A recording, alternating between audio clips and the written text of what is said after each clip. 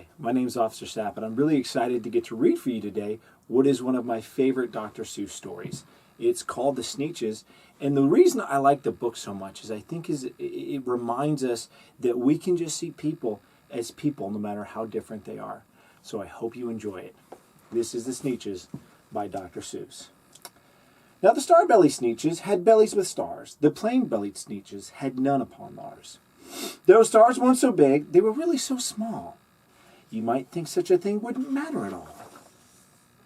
But because they had stars, all the star-bellied Sneetches would brag, "We're the best kind of Sneetch on the beaches."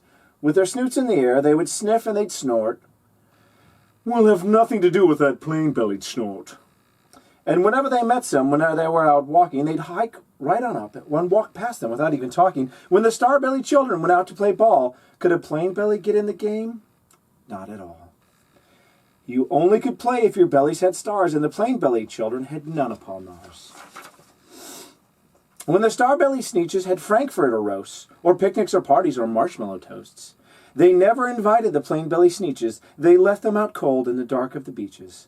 They kept them away, never let them come near, and that's how they treated them year after year.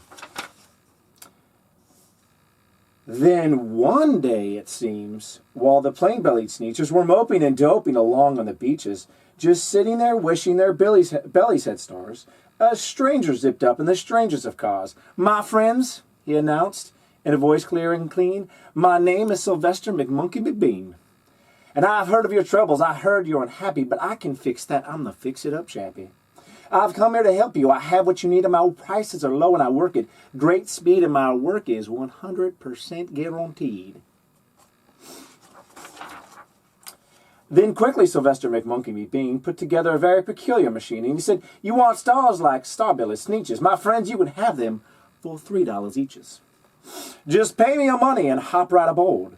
So they clambered inside. Then the big machine roared, and it clonked, and it bonked, and it jerked, and it burked, and it bopped them about, but the thing really worked. When the plain-bellied Sneetches popped out, they had stars. They actually did. They had stars upon theirs. Then they yelled at the ones who had stars at the start, "We're exactly like you. You can't tell us apart. We're all just the same now, you snooty old smarties, and now we can go to your frankfurter parties." "Good grief," groaned the ones who had the stars at the first. "We're still the best Sneetches, and they are the worst. But now how in the world will we know," they all frowned, "in which kind is what, or the other way round?"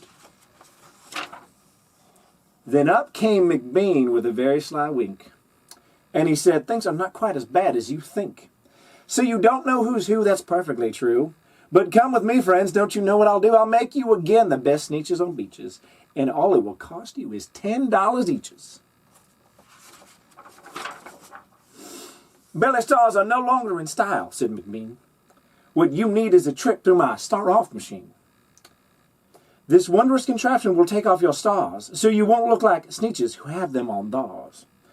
And that handy machine, working very precisely, removed all the stars from their tummies quite nicely. Then with their snoots in the air, they paraded about, and they opened their beaks, and they let out a shout. "We know who is who now, there isn't a doubt. The best kind of Sneetches are Sneetches without." Then, of course, those with stars all got frightfully mad. To be wearing a star now was frightfully bad. Then, of course, old Sylvester McMonkey McBean invited them into his star-off machine. Then, of course, from then on, as you probably guessed, things really got into a horrible mess. All the rest of the day on those wild, screaming beaches, the fix-it-up chappie kept fixing up Sneetches. Off again, on again, in again, out again.